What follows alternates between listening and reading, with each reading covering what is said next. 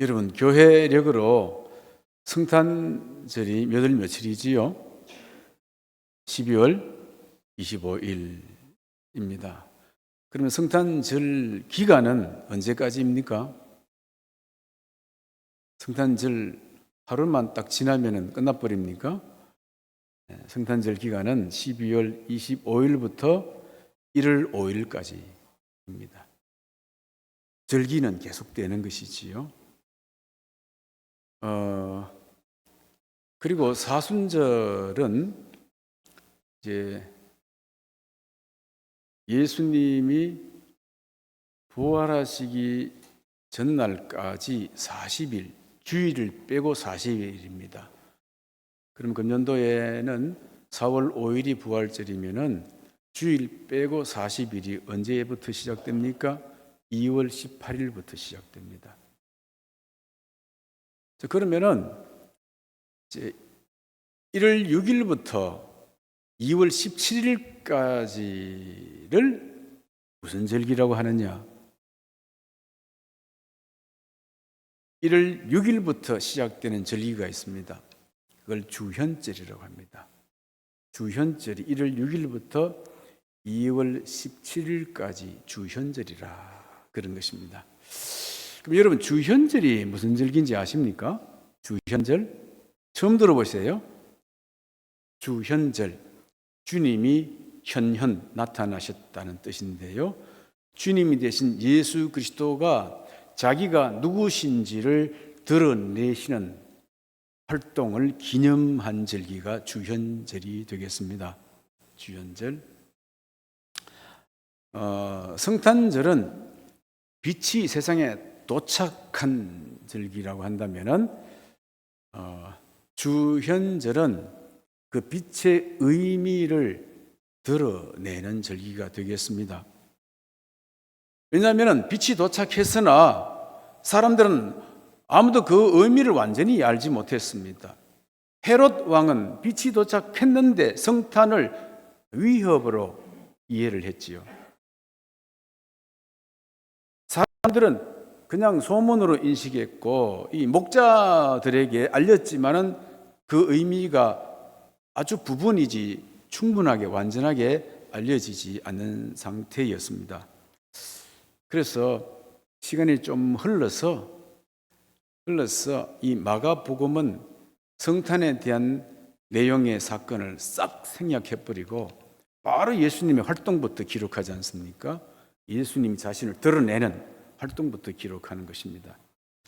그래서 세례받는 사건이 먼저 나오지요, 요한에게. 그리고 난 다음에 회당에 들어가셔서 이렇게 말씀을 가르치는 내용이 나오고, 그 다음에는 예수가 어떤 분이신가에 대한 이와 같은 표적적 사건들이 이제 기록이 되어지고 있습니다. 만약에 우리가 성탄절만 있고 이 주현절이 없다고 한다면은 아기 예수만 기억하게 될 것입니다. 그가 왜 십자가로 가야 하는지도 모르고 곧장 사순절, 고난절기를 맞이하게 될 것입니다. 그렇게 되면 십자가는 비극이 되어버리고 그냥 사순절기는 성도들의 도덕적 수행하는 절기가 되고 말 것입니다. 그런데 이 주현절기를 통해서 이분이 하나님의 아들이시구나 하는 것을 이제 알게 되어집니다. 예수가 세상의 구주요 만민의 빛이십니다 라고 주현절을 통해서 고백하게 되어지지요. 그리고 예수님이 이런 분이셨기 때문에 십자가를 지셨구나, 그러기에 우리도 그 고난의 길을 따라갈 수 있겠구나라고 이렇게 믿어지게 되는 것입니다. 믿음은 하나님 주신 은혜로 적극 믿어지기도 하지만은 그 안에 있는 비밀을 이해하는 것은 상당한 시간들이 요구되지 않겠습니까?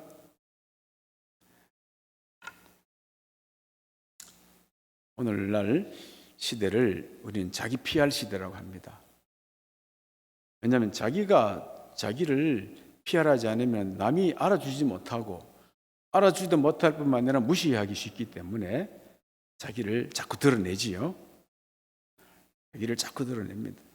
그런데 드러내는 건 드러내면서도 또 한편은 자기를 아주 교묘하게 점점 더 숨기는 데 달인이 되어져 갑니다. 그죠? 자꾸 숨기고 있어요. 또 하나는 그래서 화장한 얼굴하고 실물하고 너무 다를 때가 많잖아요. 숨기잖아요. 말과 삶이 다를 때가 많이 있지 않습니까?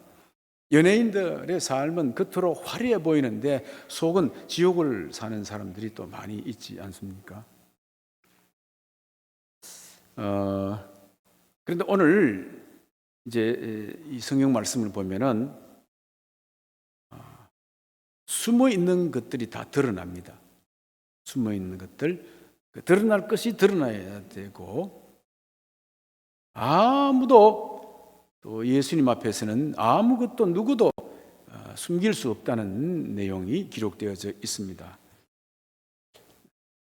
예수님이 가버나움에 있는 회당에 들어가셔서 이제 첫 설교를 하십니다. 설교할 때에 그동안에 감추었던 것들이 막 드러나기 시작하는데 오늘 본문 말씀에 보면 세 가지가 특별하게 드러납니다. 첫 번째 드러나는 것은 권위가 드러납니다. 참 권위와 거짓 권위가 구별되게 드러난단 말이지요.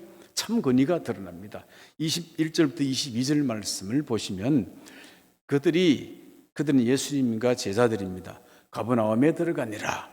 예수께서 곧 안식일에 회당에 들어가 가르치심에 뭇 사람이 그의 교훈에 놀라니 이는 그가 가르치시는 것이 권위 있는 자와 같고 서기관들과 같지 아니함이니라 했습니다. 회당은 안식일이 되면은 예배드리는 곳입니다.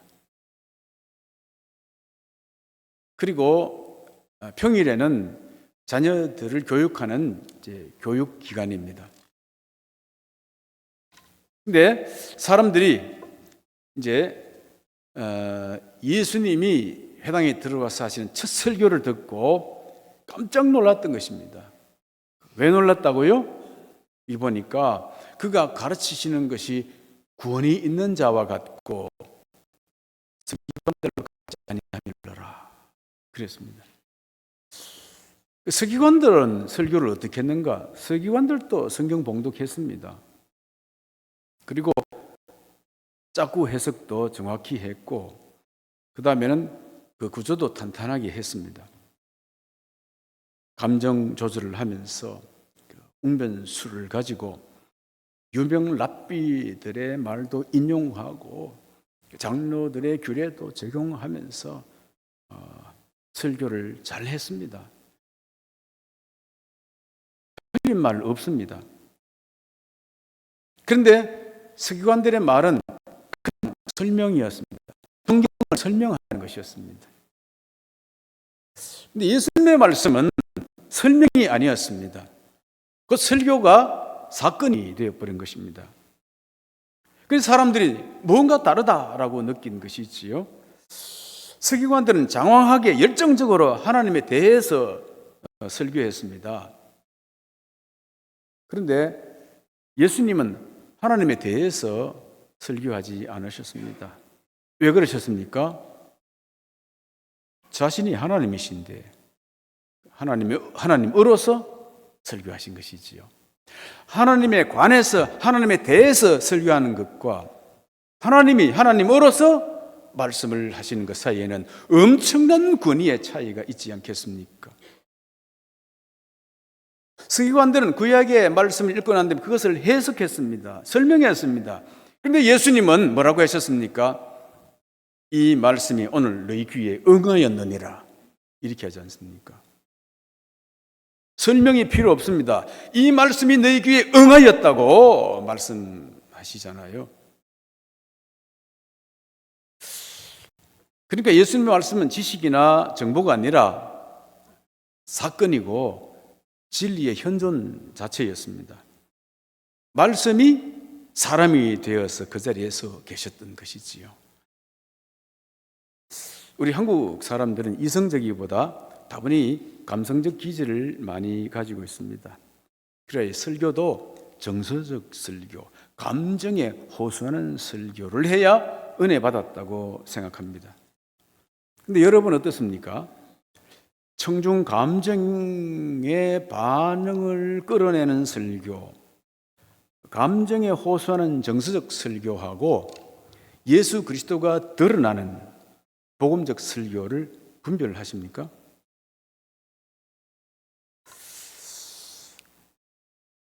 그렇지 않습니까? 설교에는 예수 그리스도가 드러나야 되는 것이지요.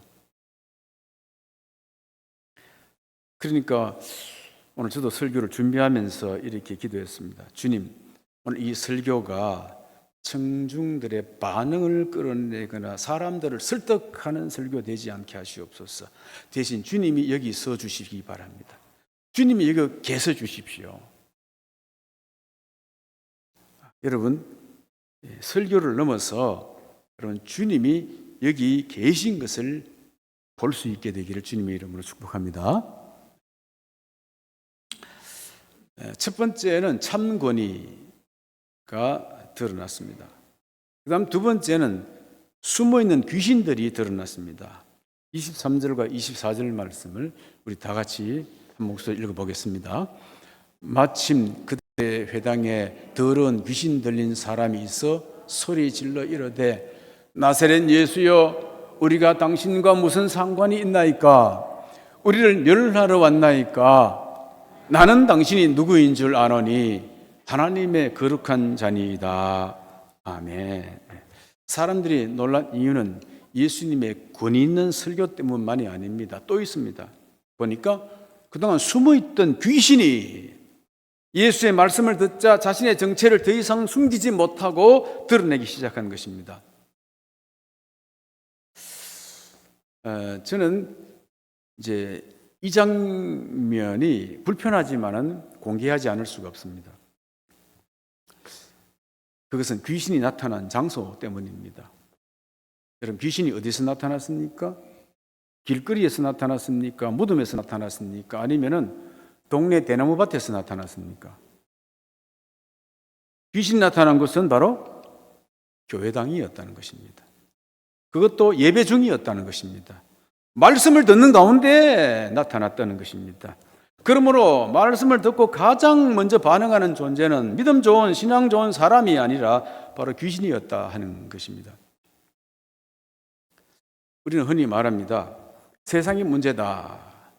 세상에는 귀신들이 들끓는다. 그러니 전부 다 교회로 와라. 이렇게 합니다. 근데 오늘 본문을 보면은 귀신은 예배당 안에 있었습니다. 말씀을 듣고 있었습니다. 이게 참 불편한 진실입니다. 예배에 익숙할 수 있습니다. 삶의 변화는 없어도 말씀을 잘 듣는 척 할 수 있습니다. 그리고 신앙적 언어, 종교적 언어로 자신을 숨길 수 있습니다. 그러나 귀신에게 잠식당한 줄도 모르고 열심히 종교생활을 하는 불쌍한 사람이 있다는 사실을 지금 드러내고 있는 것입니다. 사람들이 또 놀란 이유는 그 귀신이 한 말 때문입니다. 귀신이 뭐라고 말했습니까? 귀신이 예수님을 보고는 나사렛 예수여 나는 당신이 누군 줄 아노니 하나님의 거룩한 자니이다. 이렇게 했습니다.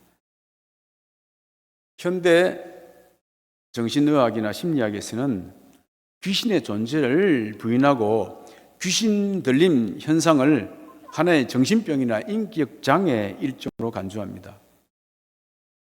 그렇지만 귀신 들린 자와 정신장애자에게는 분명한 차이가 있습니다. 정신장애자나 귀신 들린 자 둘 다 일상적 생활을 하는 데는 장애가 되는 것은 틀림없습니다만은 그러나 정신병자, 정신분열병자는 자신의 문제이지 상대가 누구인지 사전에 알지 못합니다. 초자연적 지식이 없습니다. 그런데 귀신 들린 자는 말이지요. 바로 이 초자연적 지식을 갖고 있기 때문에 당장 앞에 선 사람이 누군지를 알아버리는 것이지요. 그래서 예수님 향해서 당신은 하나님의 아들이고 하나님의 거룩한 자입니다 라고 이렇게 외치는 것입니다. 이 본문뿐만 아니라 또 마가복음 5장 7절 말씀에 보면은 예수님께서 배 타고 이방 땅 그라사인이라는 지역으로 가게 됩니다. 갈 때에 거기에 무덤에서 그냥 군대 귀신 들린 자가 있는데요. 그가 예수를 보고 달려나와서 당장 첫 만남에 하는 말이 뭡니까? 지극히 높으신 하나님의 아들 예수여, 나와 당신이 무슨 상관이 있나이까? 이렇게 하지 않습니까? 오늘 본문에도 나온 귀신도 나는 당신이 누구인지 아노니 하나님의 거룩한 자니이다. 나와 당신과 무슨 상관이 있나이까? 이렇게 하지 않습니까?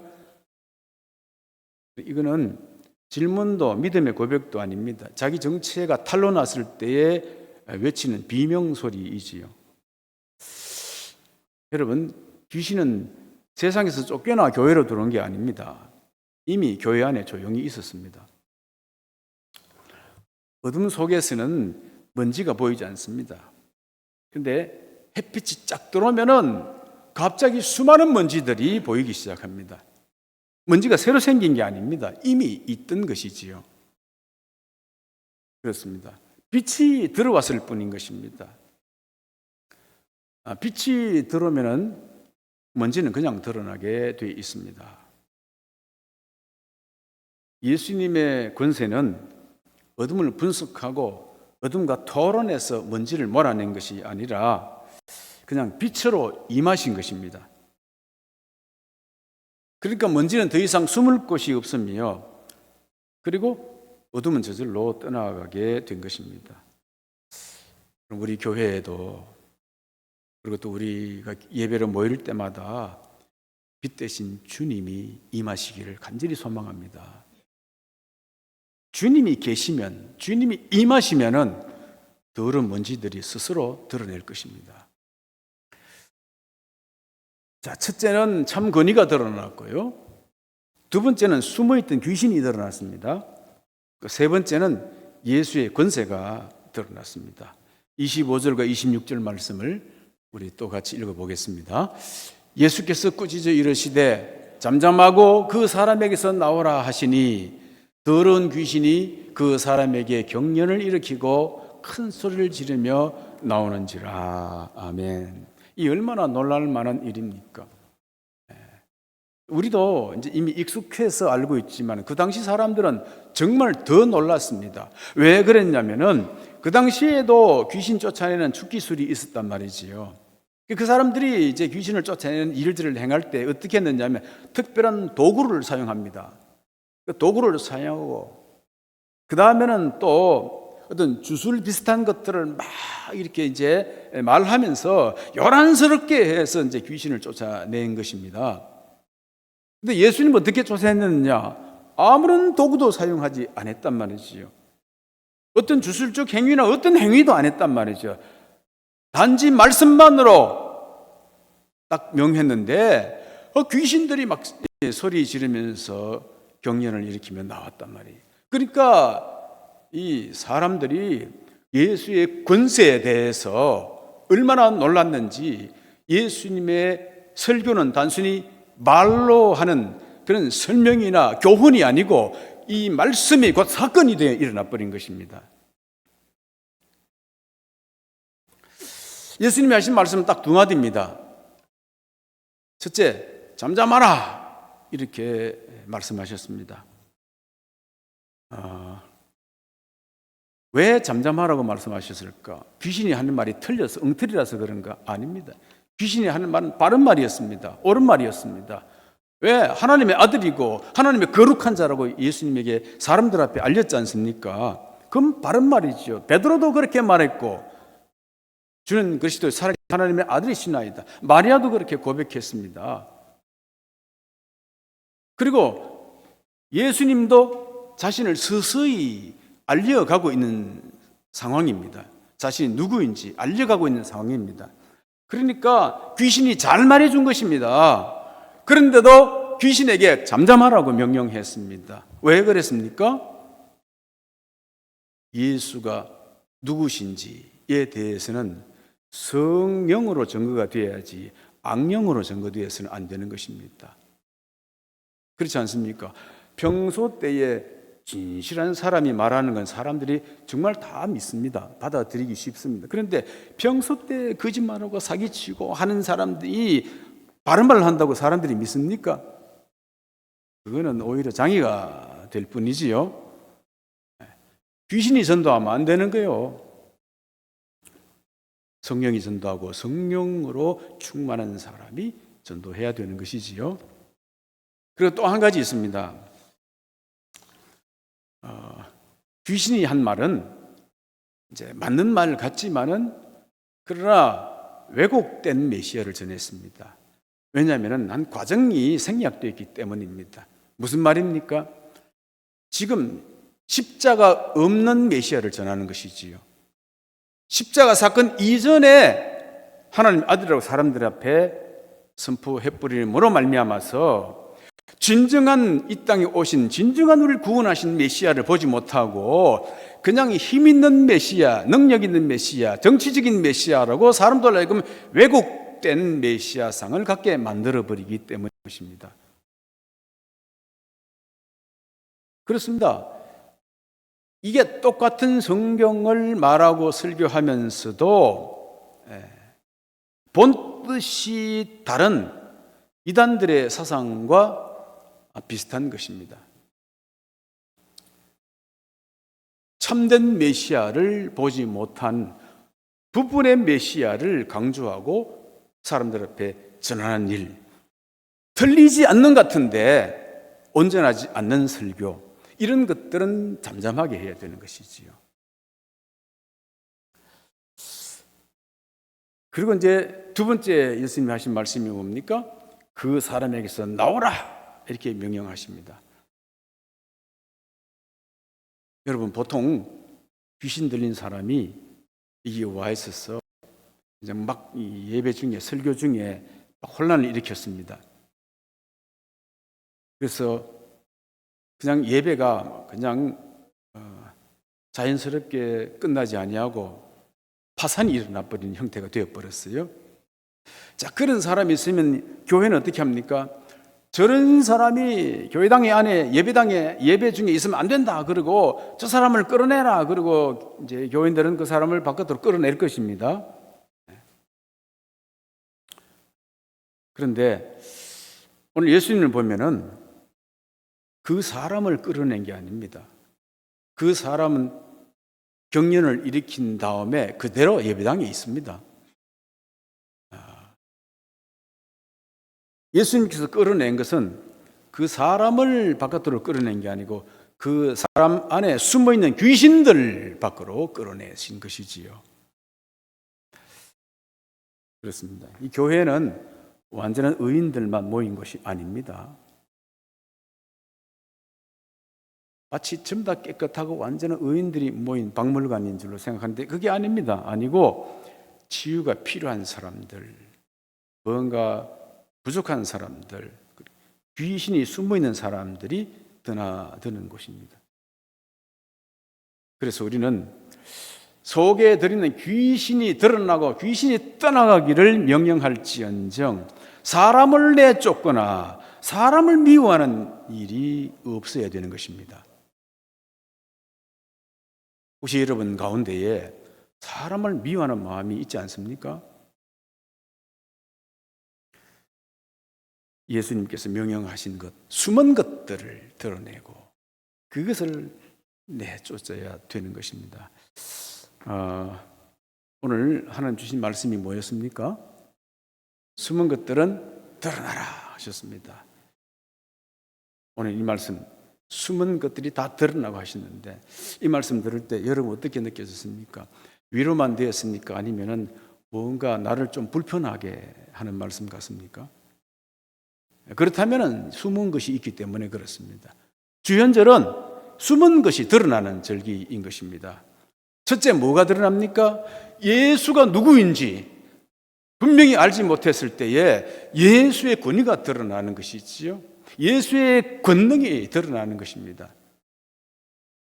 그러나 또 한 가지는 내 안에 숨어 있는 것, 숨겨놓은 것, 이런 것들도 함께 드러나야 되는 절기인 것입니다. 저는 오늘 이 예배가 그냥 조용히 앉아서 교훈 한 소리 듣고 지나가는 시간이 아니라 예수의 권세가 나타나고 말씀과 그 권세 앞에서 우리 안에 숨어 있는 것들, 우리 안에 모든 묶임들이 풀려나는 역사가 일어나게 되기를 주님의 이름으로 축원합니다. 기도하겠습니다. 주님, 오늘 또 은혜와 또 권세의 말씀 주셔서 감사합니다. 우리는 종종 숨으며 신앙생활을 해오곤 합니다.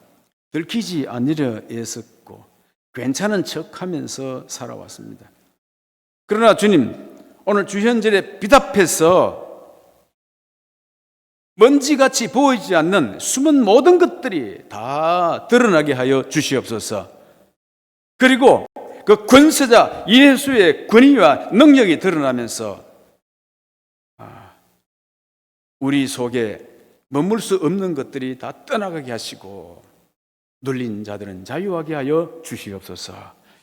이 시간 주 예수 이름으로 명하노니 숨은 것들아 다 드러날지어다. 다 드러날지어다. 드러난 것들아 떠나갈지어다. 주 예수 그리스도 이름으로 기도하옵나이다. 아멘.